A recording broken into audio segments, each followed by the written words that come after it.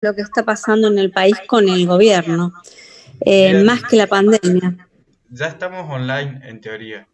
Entonces prefiero, Ana María, estamos online por YouTube. Perdón. ¿Los disertantes se encuentran? Sí. Sí, cuando Más quieran. que la pandemia. 6:05 en punto comenzamos, ¿eh? Bien. Buenas tardes, ¿cómo les va? Hola, Carlos. ¿Qué tal, Carlos? Bueno.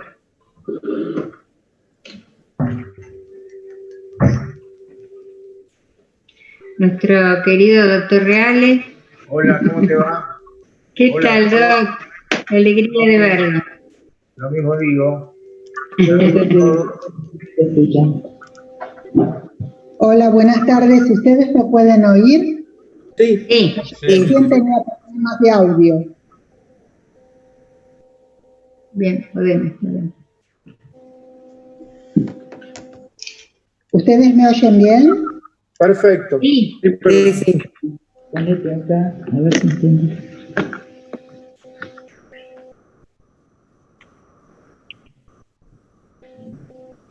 Lucas, ¿vos podés controlar a la gente que hay en YouTube viendo o no?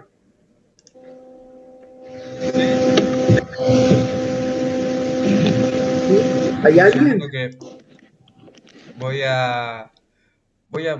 sé si podríamos ir ¿Usted tiene, licenciada, tiene alguna presentación que mostrar o algo?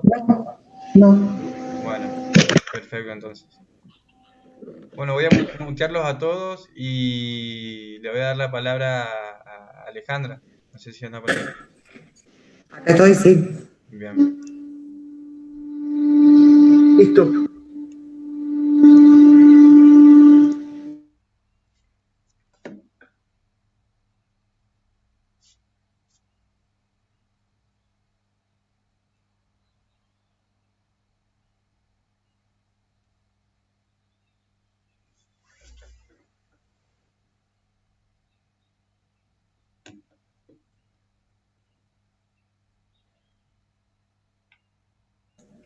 Comenzamos, Alejandra.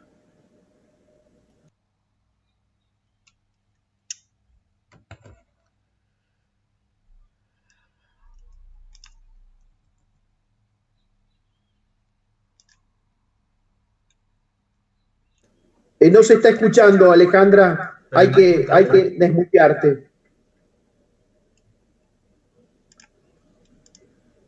Lucas.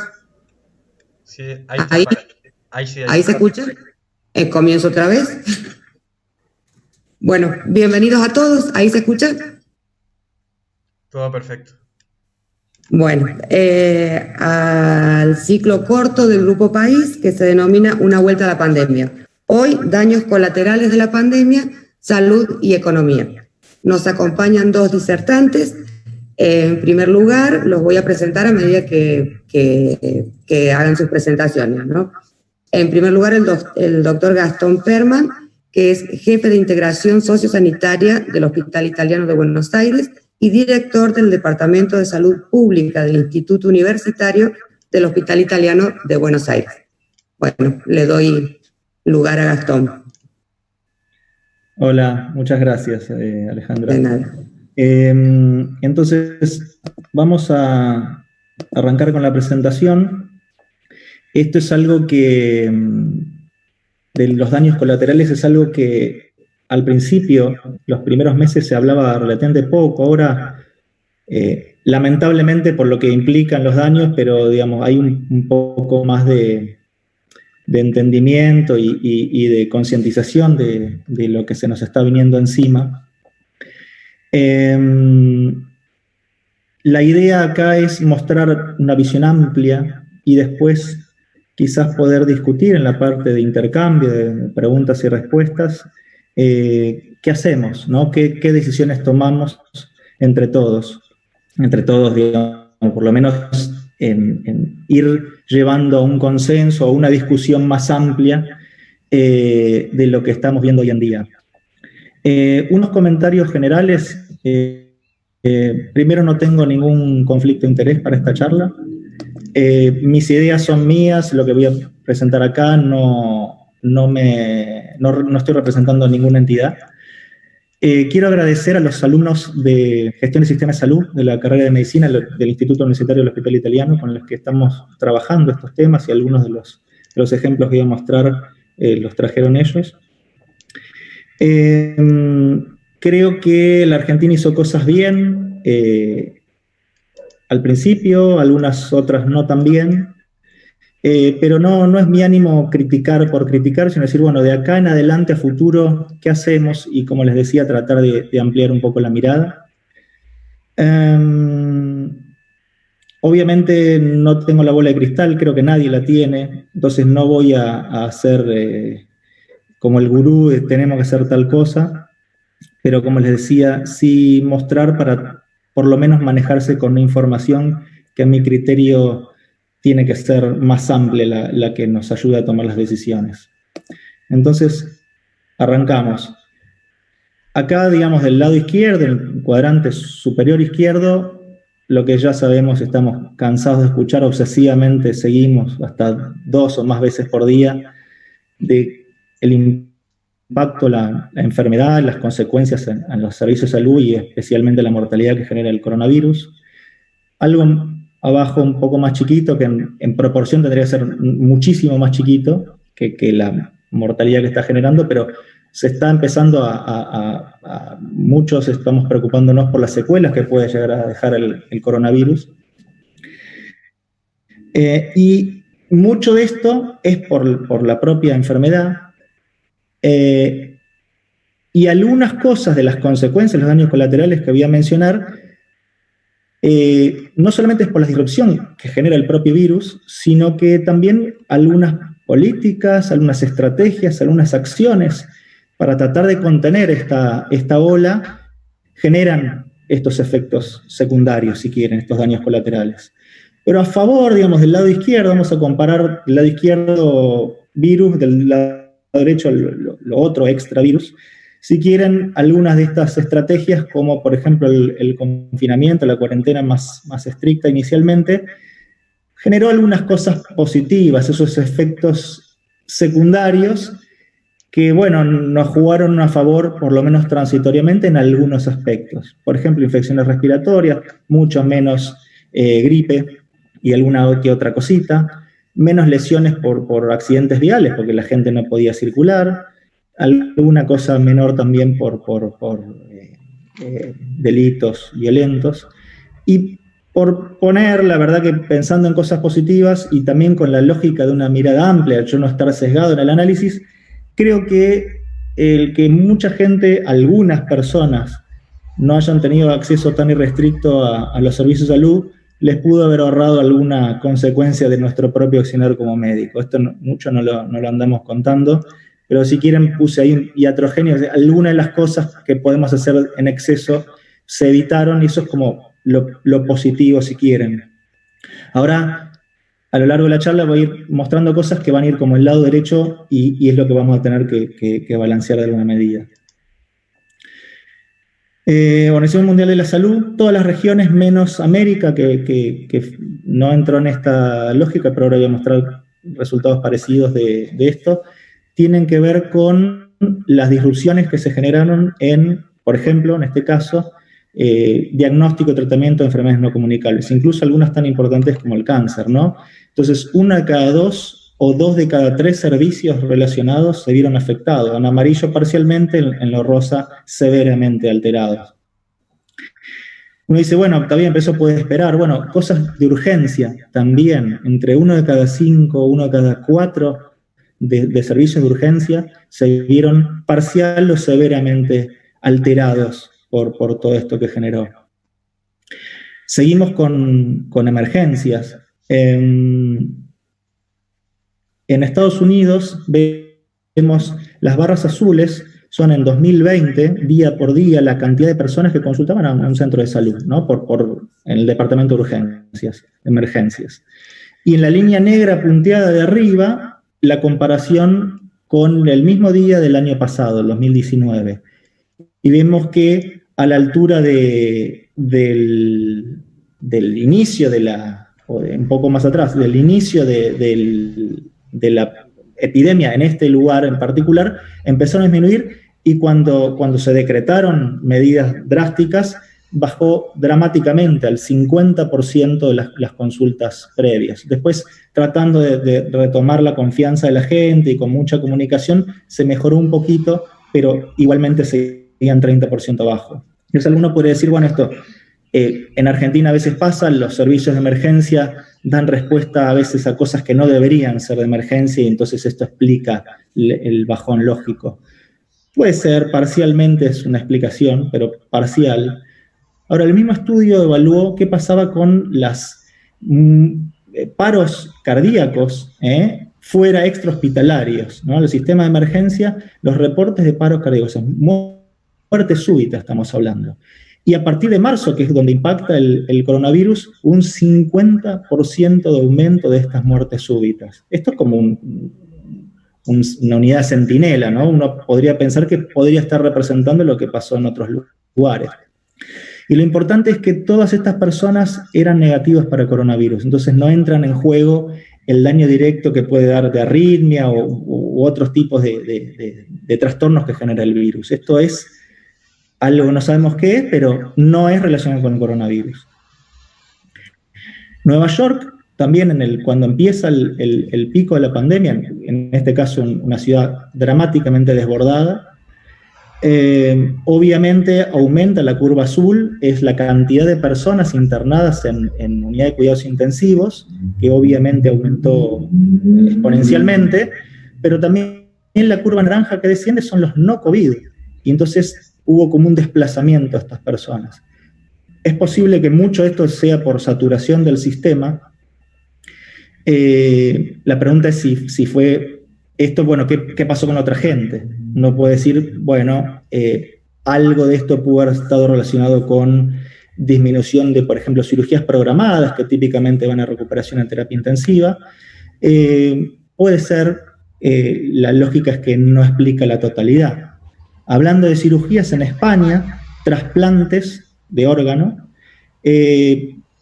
para los que no están en el campo de la salud directamente, los trasplantes renales uno puede esperar, pero generalmente los hepáticos y los cardíacos, los que están en amarillo clarito o los rojos, generalmente son situaciones muy graves donde la mortalidad es alta si uno se extiende demasiado en el tiempo para el trasplante. Y vemos que a partir de esta gran flecha roja, que es como el estado de alerta nacional, hubo un descenso muy importante de trasplantes.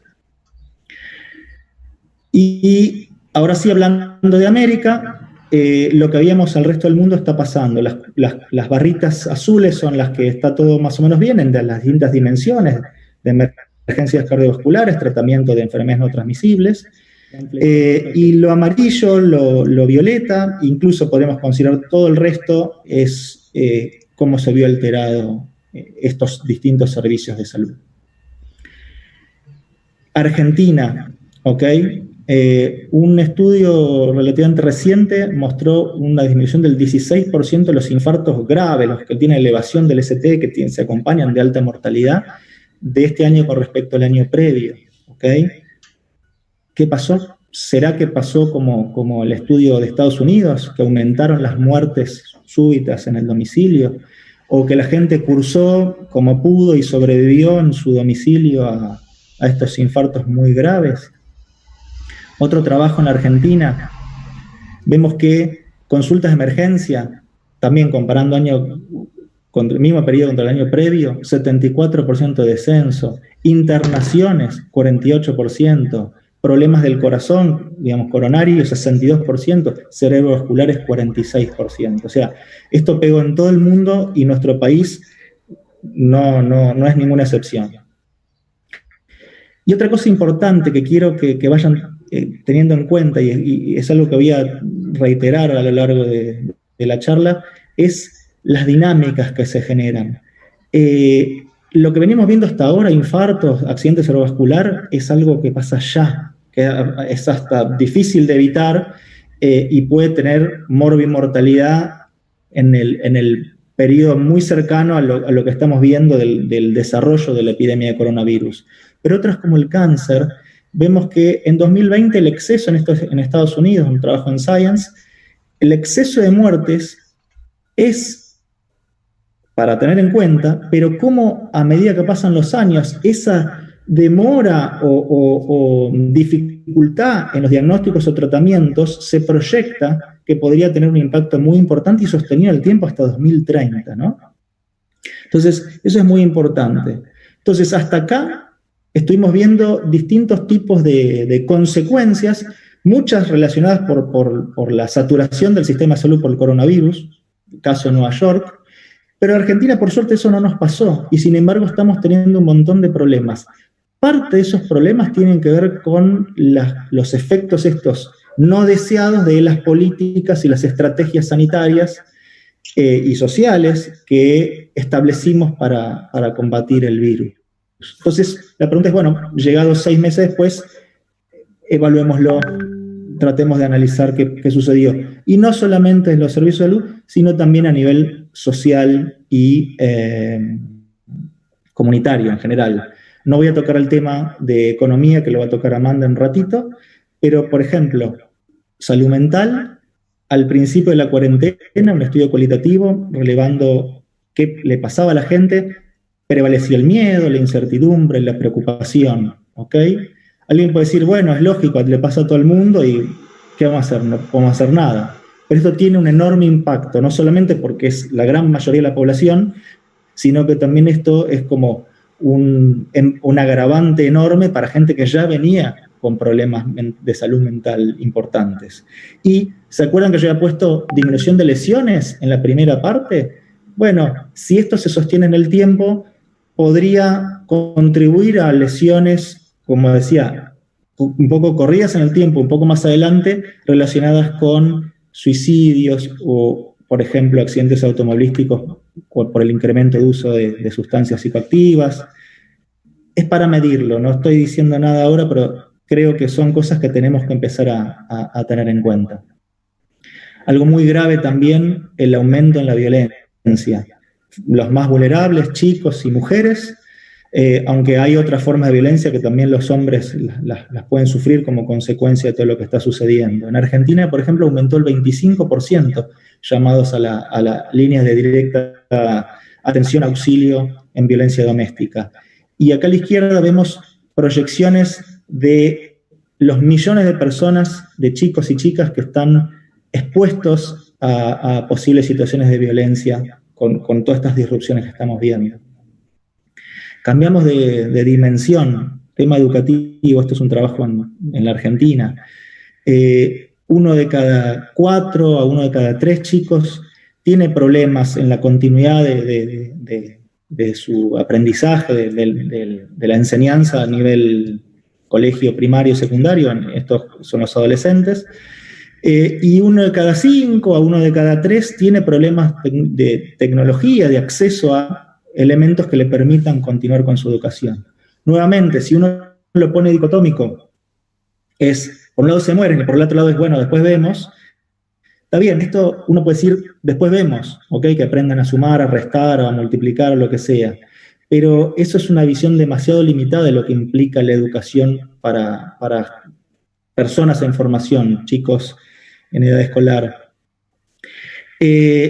Una de las consecuencias, por ejemplo, esto también es en Argentina, hay al menos 500.000 chicos que comen en los colegios, en las escuelas, y 79% de ellos, de estas personas y de los servicios de alimentación se vieron afectados por la epidemia. Entonces estamos hablando de cerca de 400.000 chicos que muchos de ellos, quizás esta es su comida más fuerte. Entonces, el impacto social que tienen algunas cuestiones relacionadas solamente con ir al colegio va mucho más allá de si aprendieron o no aprendieron alguna cosa de propia del grado. Y esta es como una visión más amplia, no voy a detener en todo esto, pero viéndolo sistémicamente, creo que lo más grave es lo que mencionaba, por ejemplo, en algunas personas, digamos, muy vulnerables, chicos muy vulnerables, agravamiento de su estado nutricional o del acceso a la alimentación, temas relacionados con la salud mental, Pero una cosa también muy grave y duradera es el aumento potencial de la deserción escolar. Un chico que se pierde, es muy difícil recuperarlo, que deja la escolaridad, y eso trae aparejado un montón o aumento enorme de la vulnerabilidad que puede tener el trabajo infantil y otros tipos de abusos. Y en lo estructural, como decía, eso refuerza la pobreza general, la inequidad y ese ciclo entre generaciones de pobreza y disminución de capital humano y de acceso a un montón de otras condiciones. Las consecuencias estructurales de esto son enormes y tienen décadas adelante de impacto. Entonces, como para empezar a tenerlo en cuenta. Un reporte, y como para cerrar con estos conceptos, de las Naciones Unidas dice que proyecciones indican que cada 3 meses que continúen medidas de cuarentena o confinamiento estricto, un exceso de 15 millones de casos relacionados de violencia relacionada con el género se esperan a nivel mundial. Entonces, cada 3 meses de que continuemos con estos confinamientos estrictos, se generan 15 millones de casos extra. Y hasta 6.000 chicos podrían morir por día de problemas prevenibles en los próximos 6 meses, secundarios a estas disrupciones.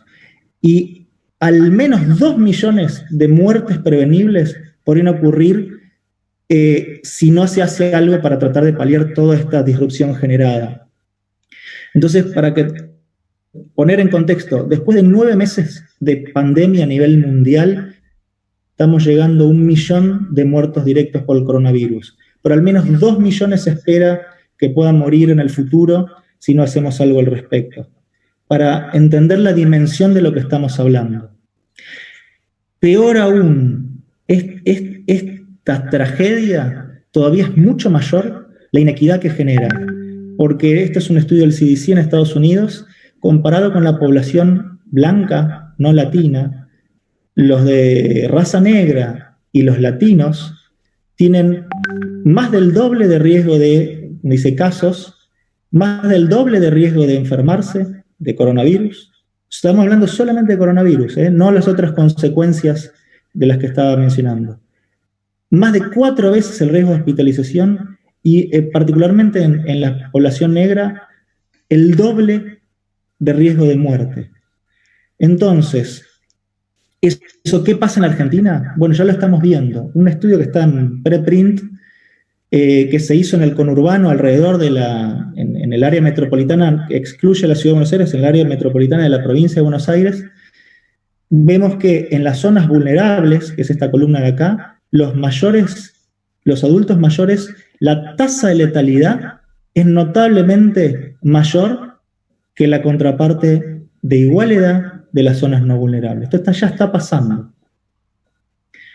Entonces, teníamos el drama directamente relacionado con el coronavirus, alguna cosa que transitoriamente podía decir, bueno, ok, tenemos como algún efecto positivo de las decisiones sanitarias y sociales que estamos tomando, y por otro lado tenemos enorme mortalidad por enfermedades desatendidas, consecuencias aún mayores relacionadas con los determinantes sociales, y no quiero meterme, como decía en el campo de Amanda, de lo económico, pero todos los grandes determinantes sociales que siempre se supo que impactan mucho más que los servicios de salud en la vida y en la sobrevida de la gente, y también una inequidad monstruosa. Nuestro mundo era muy inequitativo, lo es aún más ahora. Entonces, la idea es balancear esto con esto para tratar de llegar a un equilibrio y ver cómo minimizamos ambas, y no enfocarnos solamente en el cuadrante de arriba a la izquierda, que no está mal al principio, nos explotaba todo, pero ahora tenemos ya mucha evidencia como para, por lo menos racionalmente, sentarnos y ver qué podemos hacer a futuro para minimizar esto. Las consecuencias en ambos campos. Ahora quiero mencionar algunas cositas también de sesgos cognitivos que tenemos, y si bien no minimizo y me parece dramático lo que pasa per se con el coronavirus, sí es importante resaltar, porque somos un grupo técnico y estamos para discutir algunas cuestiones técnicas también, que es que tenemos un sesgo de selección y de información enorme a la hora de contar, estamos contando obsesivamente las muertes secundarias al coronavirus y muy mal las otras. Entonces, en la toma de decisiones, no es los muertos contra los chicos, bueno, que no vayan al colegio, digamos, es todo el otro espectro que estaba mostrando. Y algo más también, no es solamente contar muertes. Yo como médico, cuando atiendo a una persona, digamos, de todo tipo, me parece terrible cada una de las muertes, las vivimos en carne propia, pero a nivel social también es importante tener en cuenta otras cosas. Y les traje como ejemplo, no voy a hablar de esto, pero la carga de enfermedad es un concepto que hace 3 décadas que está aceptado a nivel mundial y en cada país se toman, y a nivel supranacional, se toman muchas decisiones de políticas sanitarias y políticas macro en general que tienen que ver con este concepto. Y no es solamente la muerte, sino la pérdida de años de vida potenciales. Y también las consecuencias, no voy a entrar en tecnicismos, secundarias a la discapacidad que se genera. No solamente años de vida perdidos, sino años de vida vividos con discapacidad. Todo eso es un combo de pérdida muy importante a nivel societario. Entonces, voy a hablar de un tema que es espinoso, pero creo que vale la pena mencionarlo. Si bien, como les decía, uno a uno el abordaje es diferente. Yo, cada persona que atiendo, viejito que está en un geriátrico, para mí ese es paciente y hago todo por él o por ella, pero a nivel global, más del 50% de las muertes por COVID en Europa, no sé si por COVID o con COVID, después podemos entrar en algún detalle en la discusión, fueron personas que residían en geriátricos. Y en España 2 de cada 3 eran. Por suerte en la Argentina ese número es mucho menor, por lo menos en donde tenemos datos.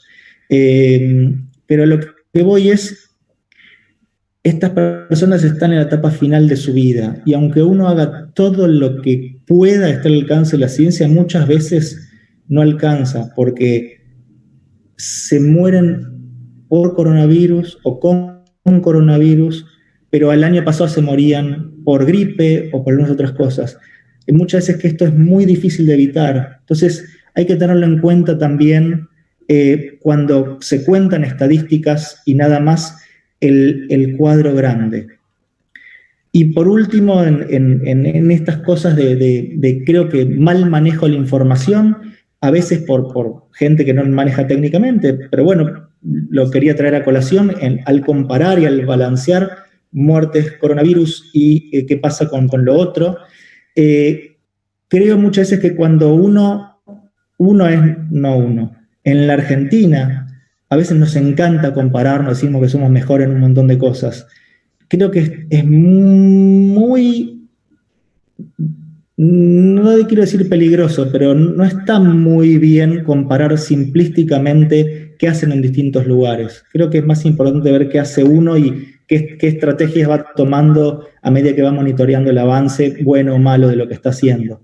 Pero, por ejemplo, España y Suecia, si nosotros nos comparamos con ellos, ellos tienen más casos o lo que sea, ojo, porque hay que comparar la misma temporalidad de las epidemias. Ellos tuvieron una epidemia antes, ahora están en una segunda oleada. Y nosotros, si nosotros seguimos la curva roja que vemos, la Argentina, esto es un ejemplo, pero se repite para muertes, de casos nuevos confirmados, el promedio por millón de habitantes, esta semana estamos a nivel top. O sea, número 1 en casos nuevos y número 1 en muertes por millón de habitantes. Entonces, tenemos que ver la película, ¿ok?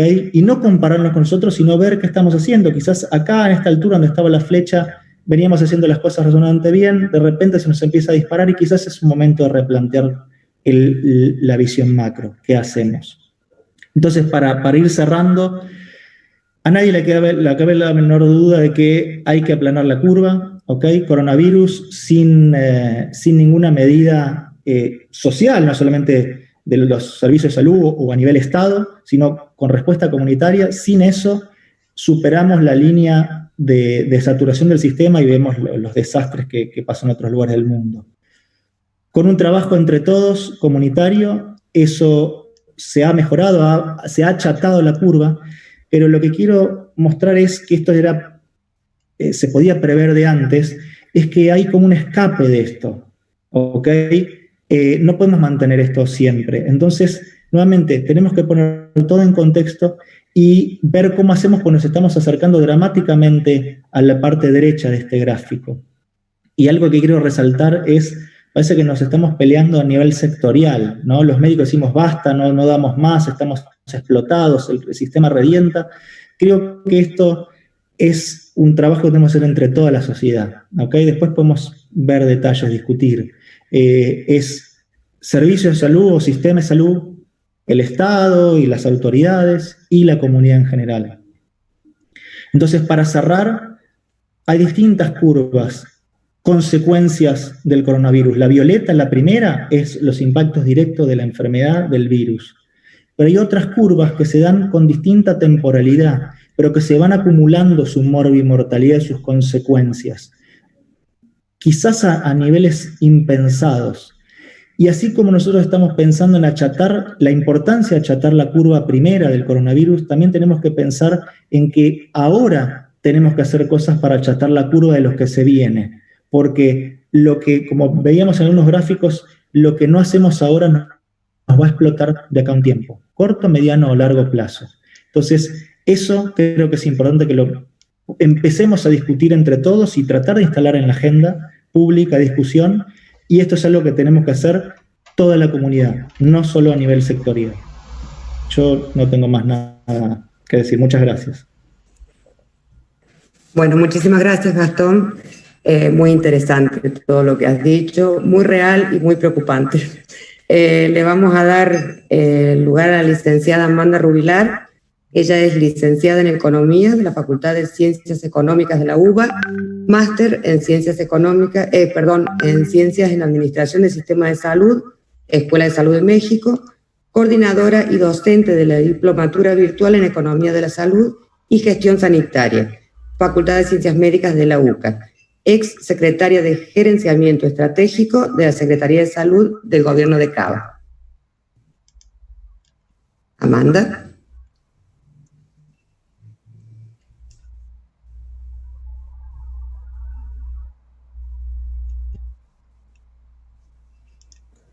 ¿Ahora me oyen? Ahora sí. Buenas tardes. Muchas gracias por la convocatoria. Excelente la exposición de Gastón. Lástima que por momentos se me entrecortaba, pero yo no voy a dar muchas y mejores noticias desde la economía. Armé el temario con algunas reflexiones que quiero compartir con ustedes. Si empezamos por una de las variables, desempleo, vemos que el desempleo en el 2019 era de 9.8%,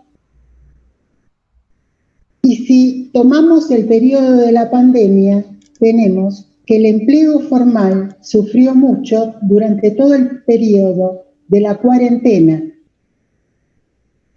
y afectó a los trabajadores informales, a los autónomos y a los monotributistas. La causa del desempleo es la falta de inversión. Después vamos a tocar este tema.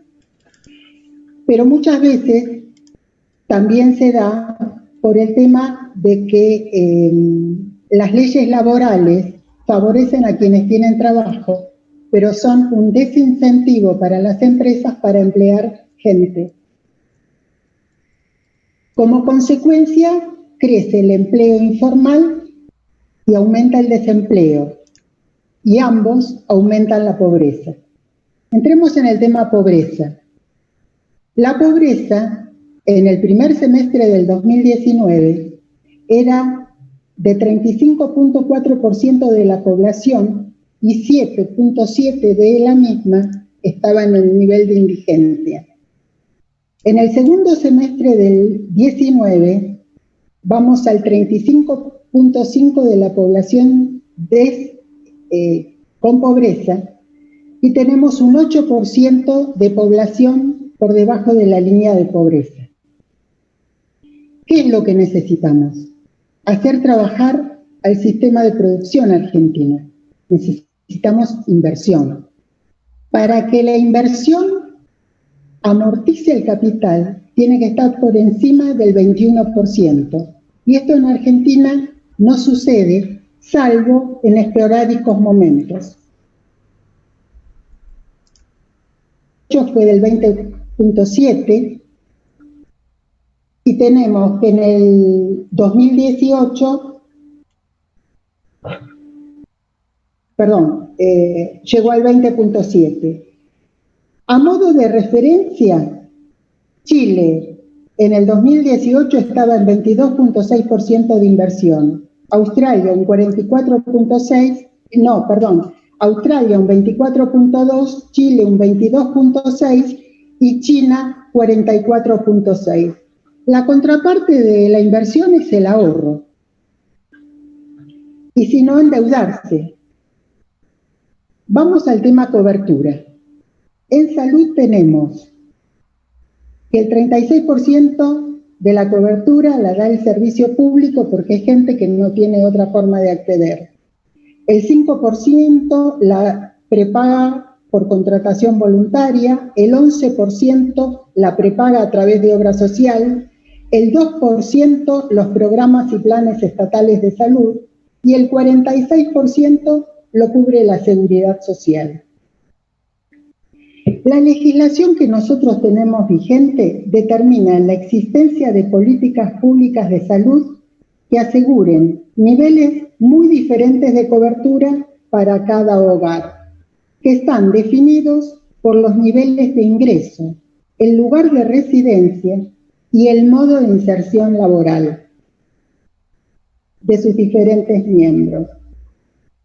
Existe la posibilidad de múltiples coberturas y la regulación de mercados, caracterizados por las dificultades para alcanzar una asignación eficiente y equitativa de los recursos, es muy débil. El resultado es un sistema de salud muy costoso para la sociedad, inequitativo e ineficiente en la asignación de recursos, que demanda desde hace mucho tiempo una reforma estructural.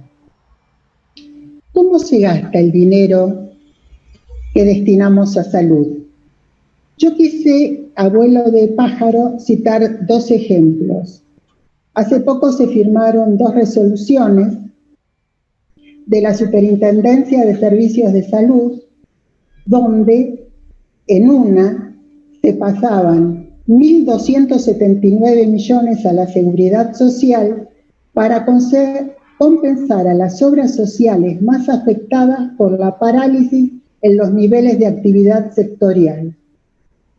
Gastronómicos, peluqueros, industria naval, taxis, turismo, hoteles, gastronómicos. Otra resolución de la Superintendencia destinó 1.863 millones como adelanto financiero a cuenta de prestaciones de alto costo y baja incidencia incorporadas en el Sistema Único de Reintegros Financiados. Entre las dos están sumando 3.144 millones. Esto es un modo de asignar recursos en salud. Las obras sociales provinciales, que tenemos por otro lado, van a acomodarse a la evolución del empleo y a la política salarial que defina cada una de las jurisdicciones. Sería conveniente y deseable que haya algún tipo de coordinación a nivel federal.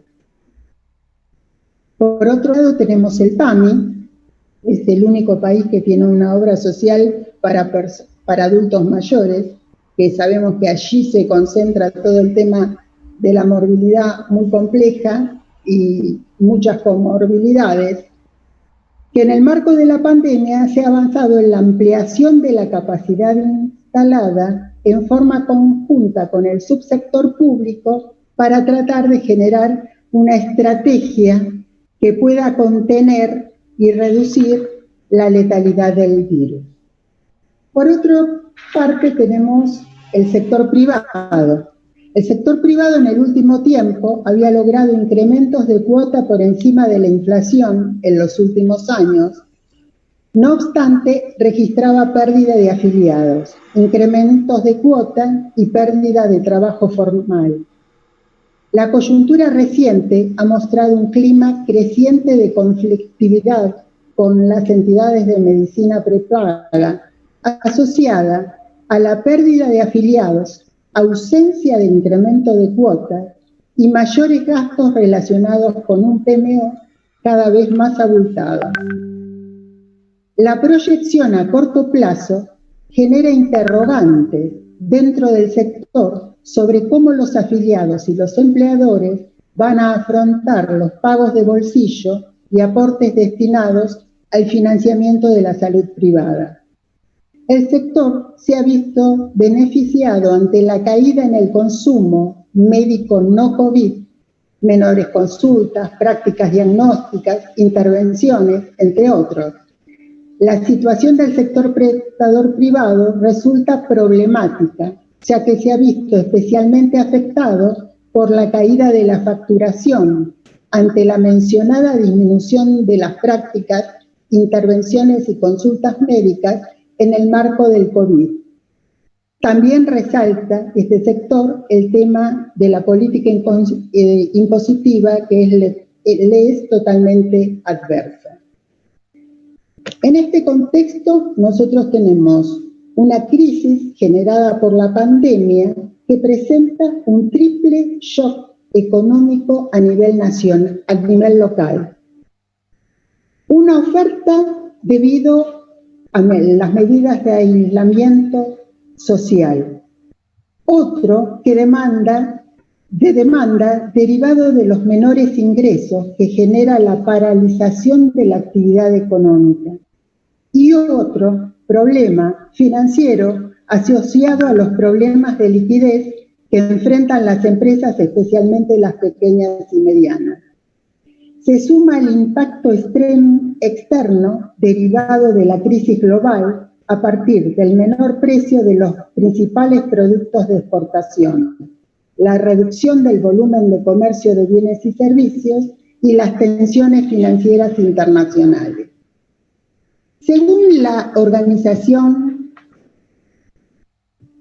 para la Cooperación y Desarrollo Económicos, OCDE, la combinación de estos factores excepcionales llevará a que la economía argentina 2020 disminuya un 8.2% si la pandemia está controlada. En caso de brotes, la caída va a ser del 10%. Desde el 2012, la Argentina ha mostrado signos de agotamiento que se reflejan en un estancamiento del nivel de actividad. Desde el 2012 al 2019 cayó un 11%. La crisis provocada por la pandemia tiene efectos multidimensionales e impactará en el deterioro de la salud comunitaria y en el incremento de las desigualdades, debido a la desaceleración económica mundial y a impactos sociales, sobre todo en las poblaciones en situaciones de mayor vulnerabilidad. Las consecuencias de la pandemia exigen tomar medidas urgentes y evaluar los impactos de estas acciones. Se prevé una contracción económica con pérdida de empleo, el correlativo aumento de la pobreza y nuevos retos para el desarrollo sostenible y la paz social. El estallido de la pandemia encuentra a un país ya afectado por grandes desafíos socioeconómicos que reconoce una crisis alimentaria, sociosanitaria y productiva. Argentina debe retomar un crecimiento sostenible y las condiciones para el despegue son más que relevantes. Como propuestas en este tipo de contexto, estuve reflexionando sobre algunas. Para salir de una situación social y económica complicada, se necesita abrazar entre todos un proyecto de país que nos incluya y nos represente. Ser y saber que somos los responsables de construir los cimientos de la economía en la que vivirán las futuras generaciones argentinas y que hoy está destruida. Comprender que hay que asumir el rol de protagonismo que nos corresponde, que van a ser muchos los esfuerzos que tendremos que hacer. El primero de los esfuerzos sería aprender a ceder nuestras diferencias para buscar construir consensos que nos permitan unir voluntades hacia objetivos económicos y sociales de largo plazo. La economía del conocimiento, en mi opinión, y su potencial de expansión en el área de salud es un gran apoyo. Salud requiere de inversiones y mantenimiento constante, lo hemos visto y comprobado. Argentina demanda contar con un sistema de salud articulado, sólido y con una clara coordinación por parte del Ministerio de Salud de la Nación. Yo estoy pensando en una ley general tipo la de España. Nos debemos un sistema de salud más equitativo y eficiente, trabajar fuertemente en prevención, en salud pública, en educación para la salud y asegurar el uso de los fondos públicos para el logro de cobertura y acceso universales e igualitarios para todos los ciudadanos. Ahora, ¿cómo se logra eso? Para eso necesito la eficiencia en la asignación de recursos, necesito la calidad de los servicios. Entonces, es necesario, ante todo, construir un sistema de protección social en salud que ponga en igualdad de condiciones a todos los hogares, con independencia de la relación de sus miembros con el mercado laboral. Dirigir el financiamiento solo en función de las necesidades de atención de la salud. Y a esto quiero hacerle mucho hincapié, dado que financiamiento que se dedique a otro destino se resta a cumplir con estos objetivos de equidad y accesibilidad. La asistencia a cualquier sector debe priorizar sus capacidades de prestadores, en lugar de beneficiar instancias de intermediación innecesarias, costosas e ineficientes. Si entro en el ámbito de la organización sanitaria, la economía del conocimiento y su potencial de expansión en el área de salud, que la mencioné anteriormente, me va a servir mucho para la aplicación de la innovación, la creatividad, la utilización de las tecnologías de información y comunicación en la producción de servicios de salud. Tenemos que reformular cómo estamos trabajando. Nuevos modelos de producción de servicios privilegiando la ética y el humanismo en la atención médica. Lograr la empatía en los servicios. Cada organización sanitaria debe tener como eje en la prestación de servicios al paciente y los resultados que obtenga deben ser de calidad y seguros. Tener presente la efectividad, la eficiencia y la eficacia. El recurso humano, profesional y no profesional, con empleo, debe tener empleo formal, bien remunerado. ¿Por qué? Porque en estas organizaciones, para lograr el nuevo modelo de producción y ser creativo e innovar en la hora de prestar servicios, tengo que trabajar cultura de las organizaciones, desarrollo organizacional y tengo que trabajar sobre los factores humanos. Si no, no se logra la empatía. Tengo que conseguir modelos de gestión acordes con las expectativas y necesidades del target a los que atiendo. En estos momentos no los tengo en las organizaciones de salud, no en todas. Tengo que apuntar a la gestión por procesos asistenciales, que incorporen solo las actividades que generan valor, efectividad, eficiencia y eficacia. Guías y vías de práctica clínica que se apliquen en la realidad y vayan cambiando acordes con los resultados obtenidos en la atención y teniendo en cuenta los desvíos observados, para garantizar siempre la mejora continua.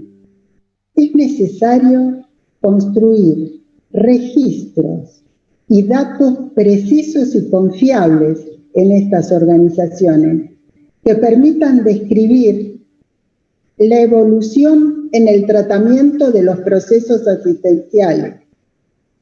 Requiero un sistema de información integrado en salud, que hablemos en el mismo idioma para hacer comparaciones respecto de variabilidad de la práctica clínica en las diferentes morbilidades en cada región del país.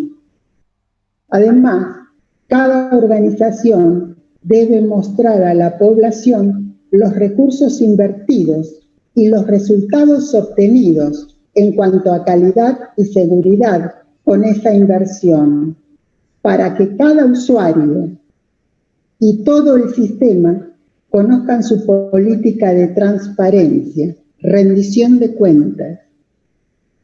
Los niveles de exclusión y desigualdad alcanzados resaltan la importancia de los determinantes sociales en salud y económicos.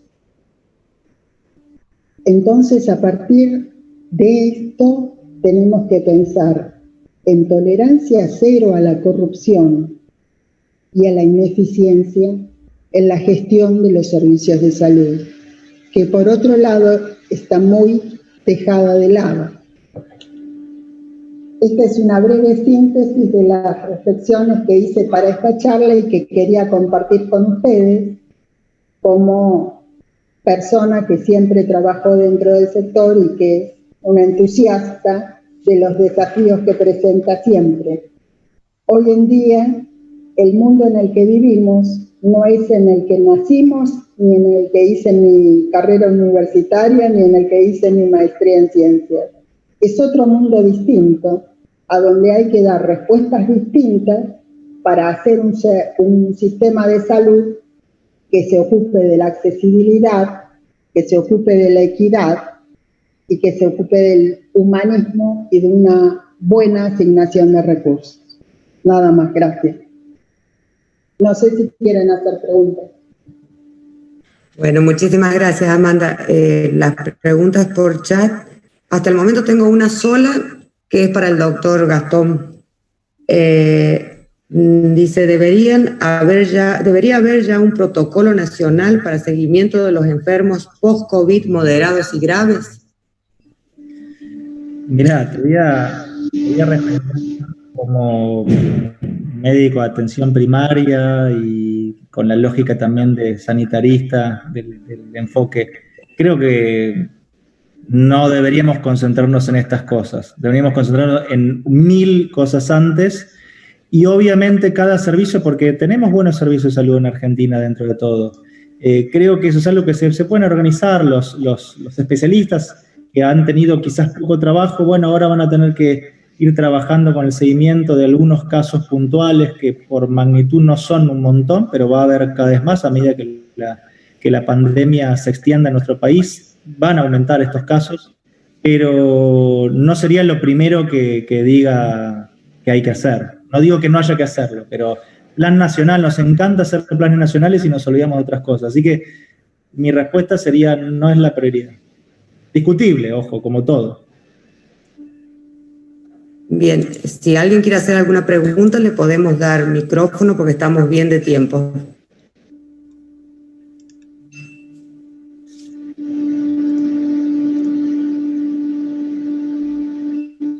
Yo quería hacerle un poco a los dos, en función de lo que estuvieron conversando, de lo que estuvieron planteando, el tema del impacto que tendrá el empleo sobre el financiamiento fundamentalmente de la seguridad social, que como ustedes saben es un financiamiento muy atado al al trabajo, muy atado al empleo. Nosotros todavía no hemos podido escapar de esta mirada procíclica y la verdad que en estos tiempos se hace muy difícil pensar cómo la seguridad social va a poder sostener su actividad, ¿no? Sobre todo, algunas de las cosas que decía Gastón, esto va a impactar fuertemente a futuro con un impacto de las crónicas que van a tener que hacerse atender. Hay cosas que se han sido dejadas de lado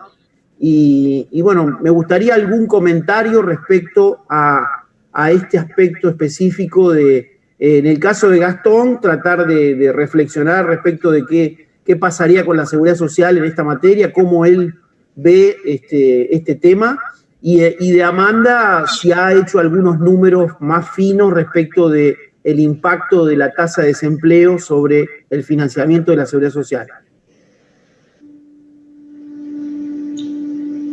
¿Querés contestar, Gastón, o contesto yo? Yo creo que el impacto sobre la seguridad social va a ser muy alto, porque a partir de ahora va a haber una nueva forma de empleo, que no va a ser la que veníamos conociendo nosotros.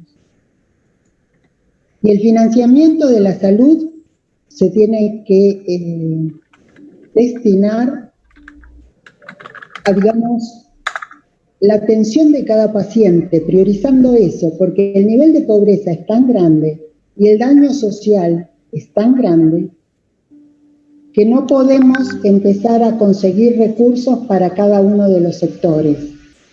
Tenemos que juntos reconsiderar cómo se financia la salud en todo el país.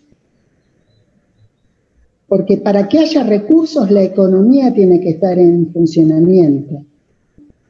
Se tiene que producir, se tiene que exportar, tiene que aumentar los niveles de inversión, se tiene que generar ahorro. Eso es lo único que va a generar empleo genuino.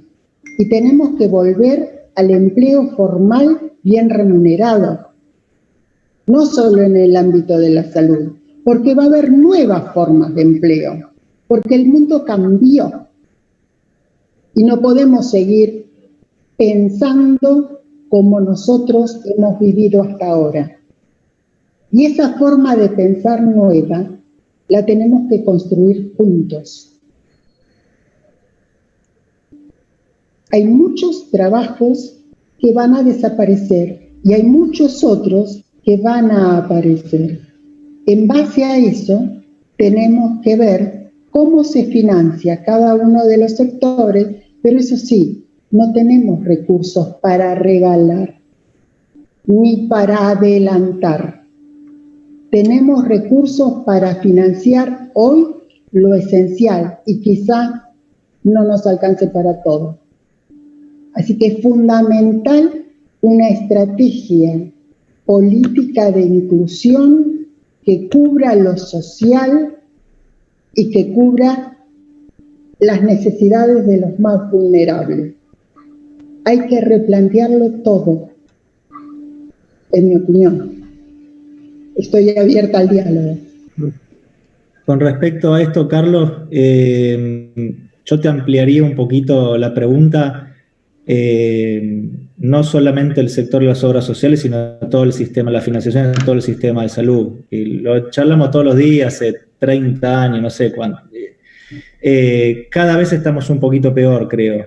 Esto sin duda va a impactar, ya está impactando.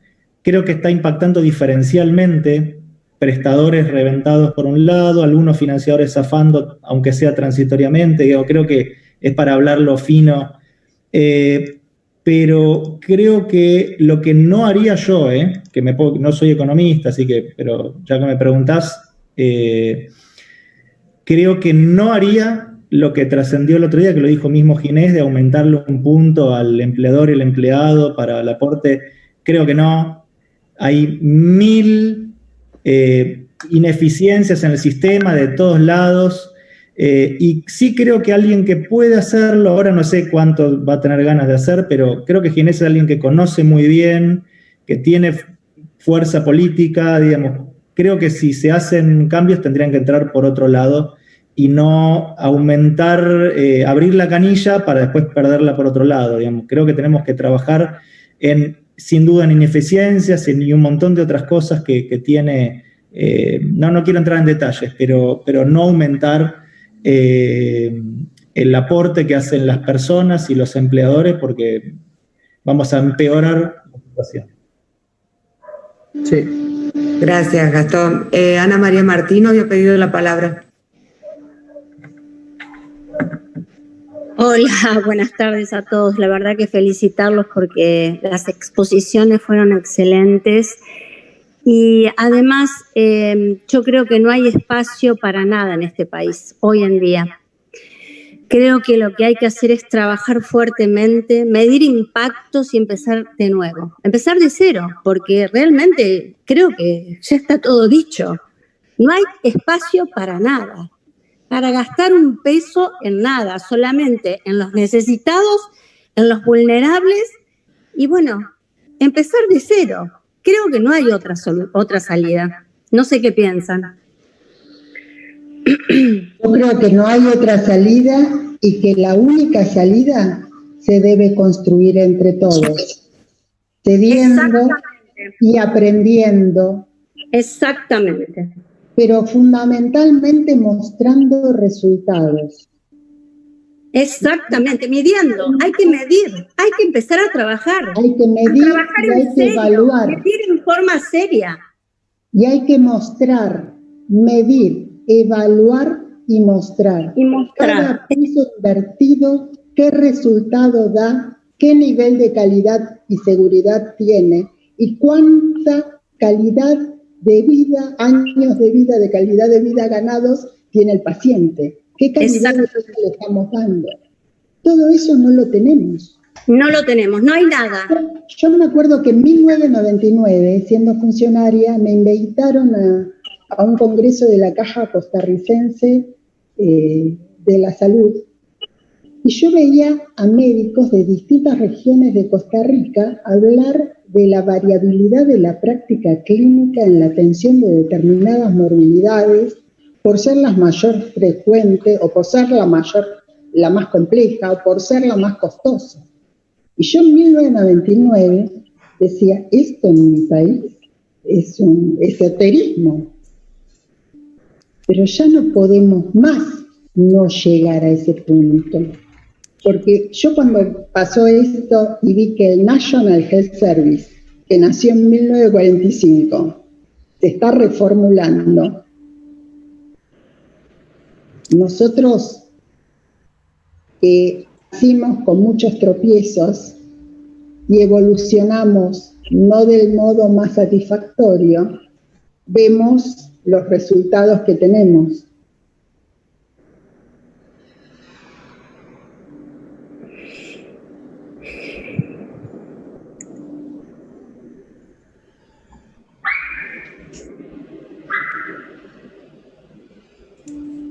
A ver. Sí, tenemos otra pregunta de Carlos Schwartz. ¿En cuál de los sectores la eficiencia es peor en costo por práctica o resultado?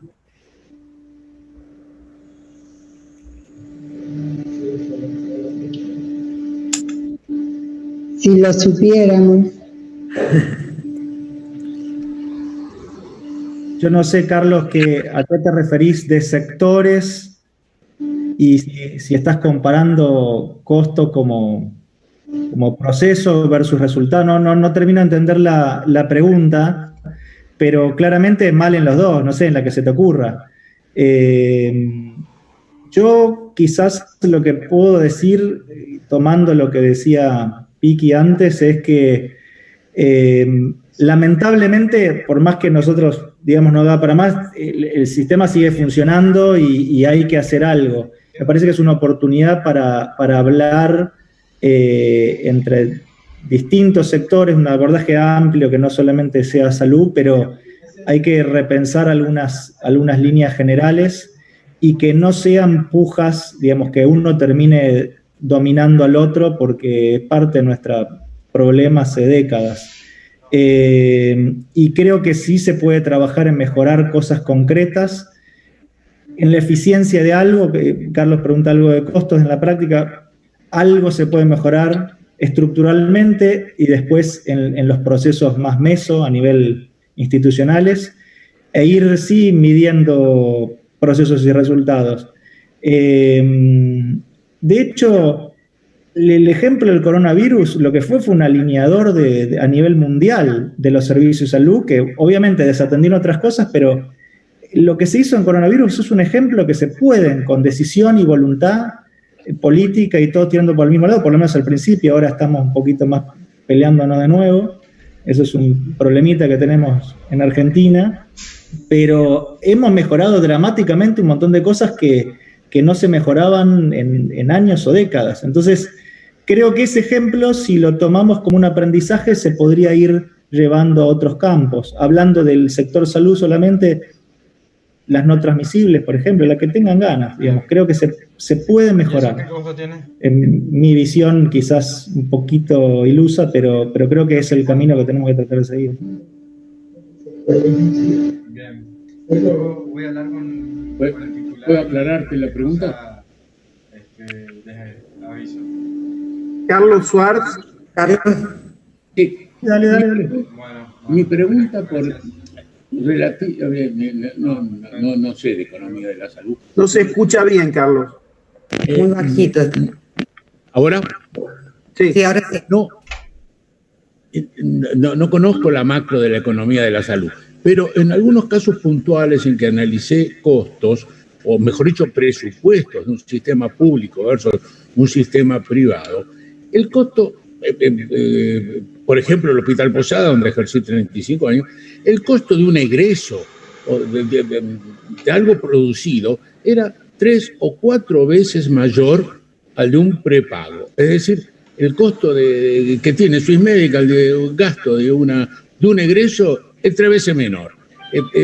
Hago esta pregunta porque creo que donde se debe enfatizar es en mejorar la eficiencia en el sector público, que es el más ineficiente de todo. No sé si es todo el país.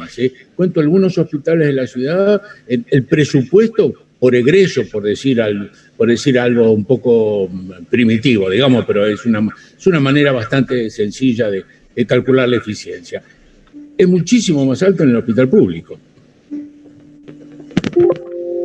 Ayer, Carlos, lo que te puedo decir...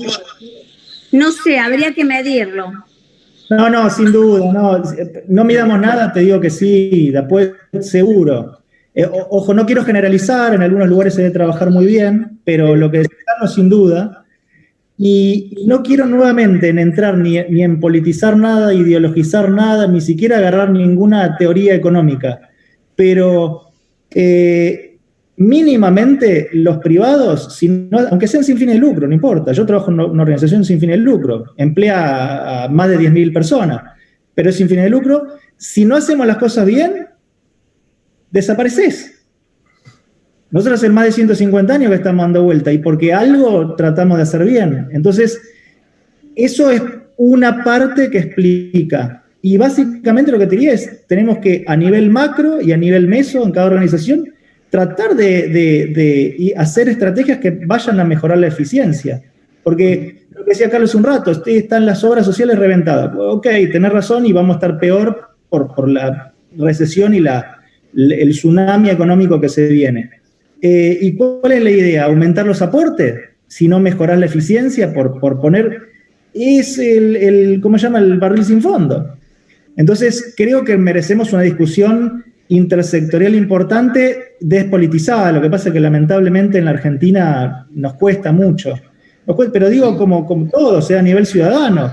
Todos los ciudadanos de a pie están peleándose con visiones incluso de la pandemia, una cosa medio loca. Cada uno según el sector. Interesante lo que nos compartió Aldo Isuani hace un par de semanas, que una consultora política le preguntaba a la gente cómo veía la pandemia, si tenía miedo, qué haría con la cuarentena, qué sé yo, y era radicalmente diferente. Yo lo tengo anotado acá, no quiero perder tiempo, pero una cosa que en un momento hasta estaba pensando en mencionar, según el color político tenemos visiones muy diferentes de cómo nos genera a nosotros el miedo que nos genera, las políticas que hay que adoptar, y es muy complicado cuando hablamos del bicho, es biológico el virus, lo que pasa es que tiene un componente social, lo que ha hecho es meterse en cuestiones estructurales de toda la sociedad. Entonces, bueno, me parece que merecemos una discusión amplia, y no digo lo que están diciendo de la de siempre, el pacto de la Moncloa, no digo cosas concretas en salud. Si quieren, saquémosle la política, y en salud creo que se pueden hacer bastantes cosas. Para pelearnos tenemos tiempo, pero hay cosas que todos estamos de acuerdo y por algún motivo no las hacemos. Yo coincido, yo creo que en salud está todo por hacerse, pero yo cuando comparo eficiencia con calidad y seguridad en el servicio. Y eso tiene que ser en el ámbito público, privado, de la seguridad social, donde sea.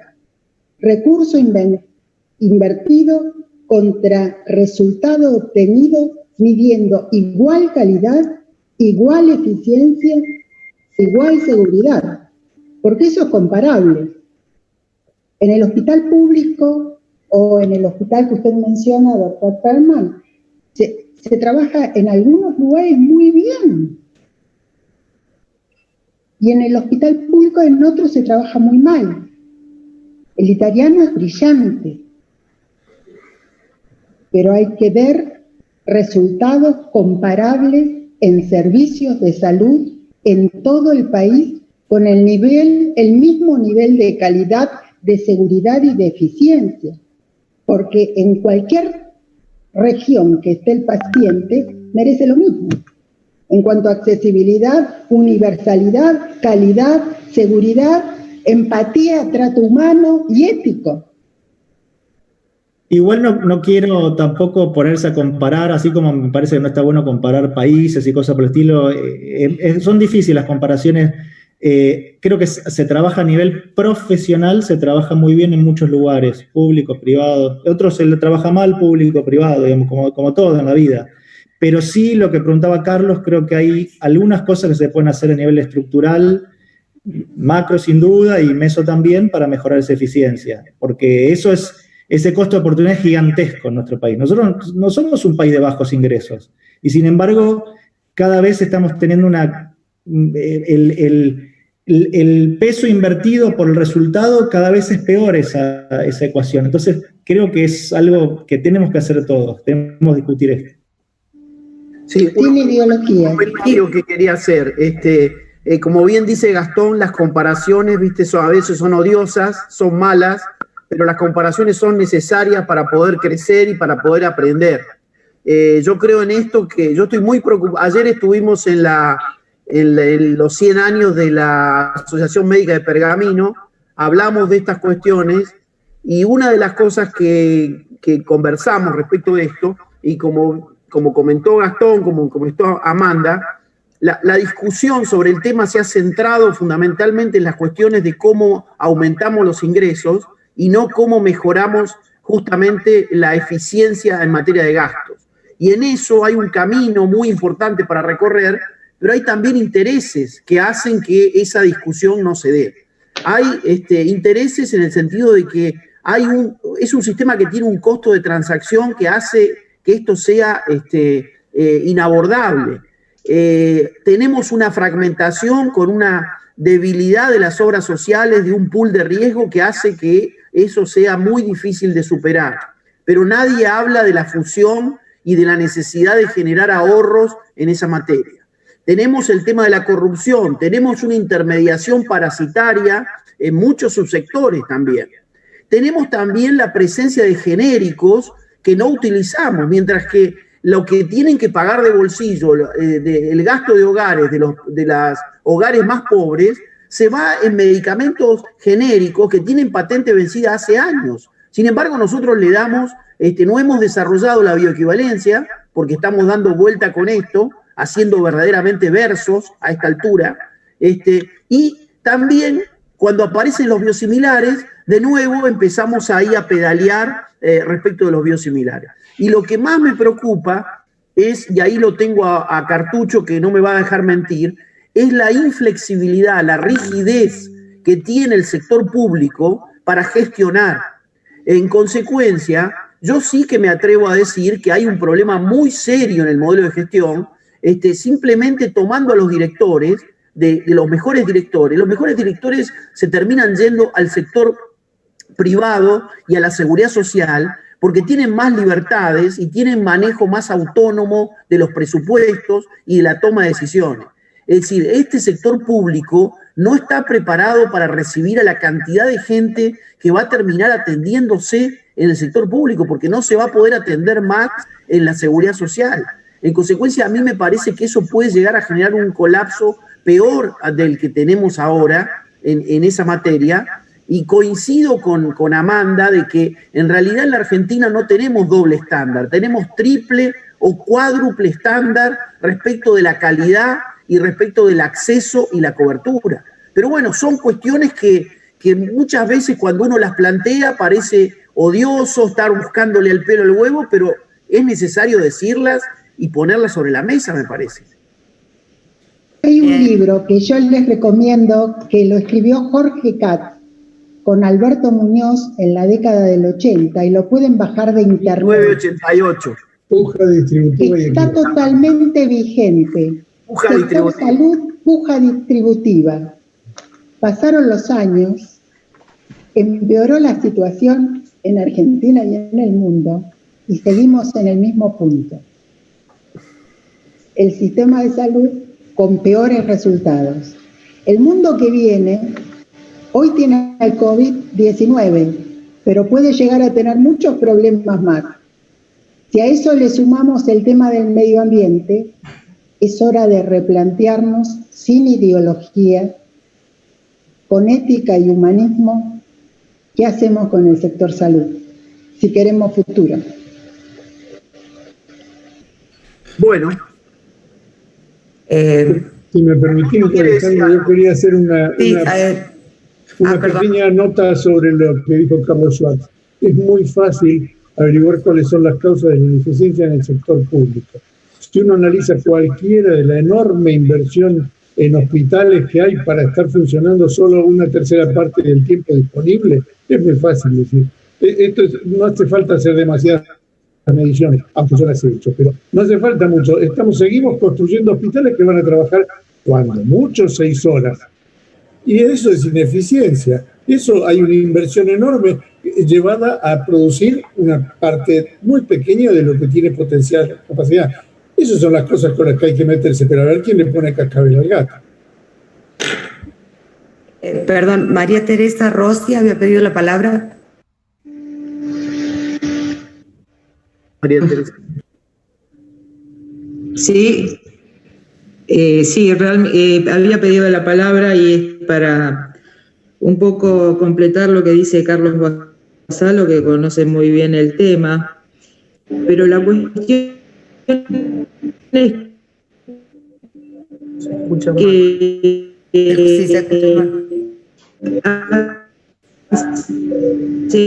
que más hay un problema 50 con el micrófono. años que venimos diciendo que por intereses particulares, que hoy por hoy de los intereses particulares, dejarlo de lado y tener un sistema integrado de salud ya, porque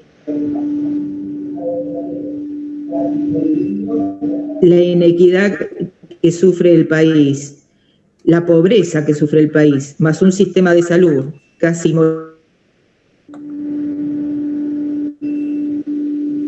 se cayó. Sí, no se escucha. Bueno.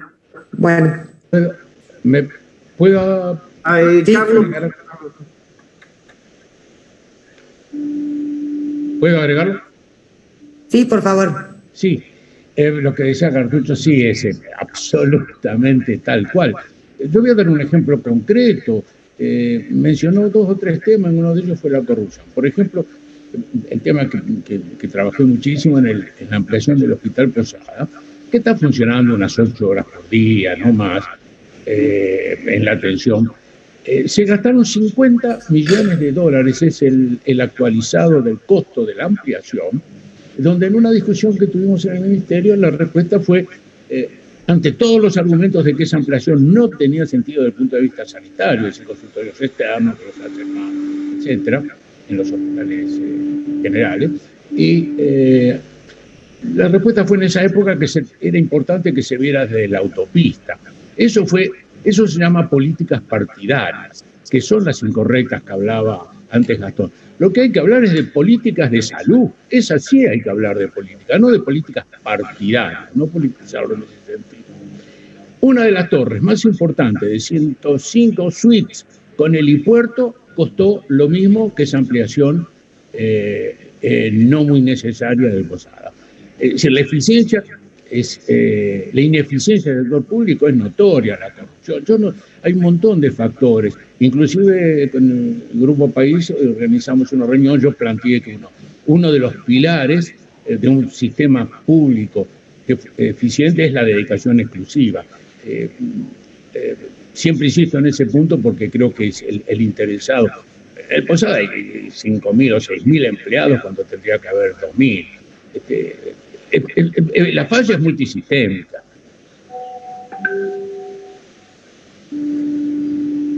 Bueno, vamos cerrando. María Alejandra no puede hablar. Ahí está. Perdón.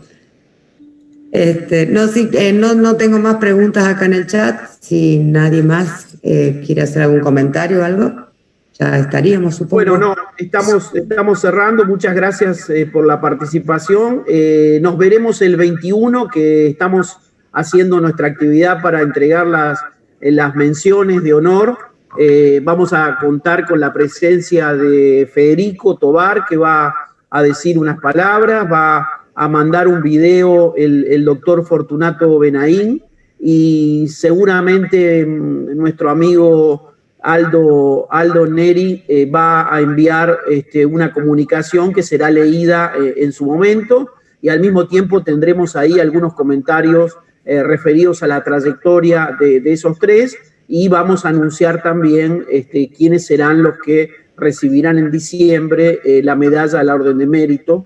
Y la otra semana yo quisiera ya que hagamos una reunión del Grupo País para definir para definir fundamentalmente una comisión de trabajo que va a dedicarse al armado de los nuevos premios 2021, porque bueno, va a haber un trabajo intenso de tratar de ver a quiénes postulamos para eso, y un análisis respecto de esas cuestiones. Así que bueno, ha estado una reunión excelente también, y esperamos vernos el 21, y después el 23 tenemos ya la última reunión de este ciclo corto. Gracias. Gracias. Buenas noches. Chao. Gracias a todos. Chao, Lucas, gracias.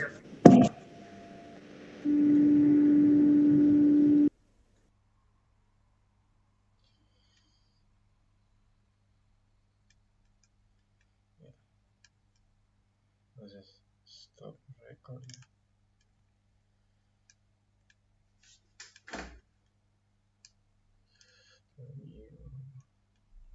Okay.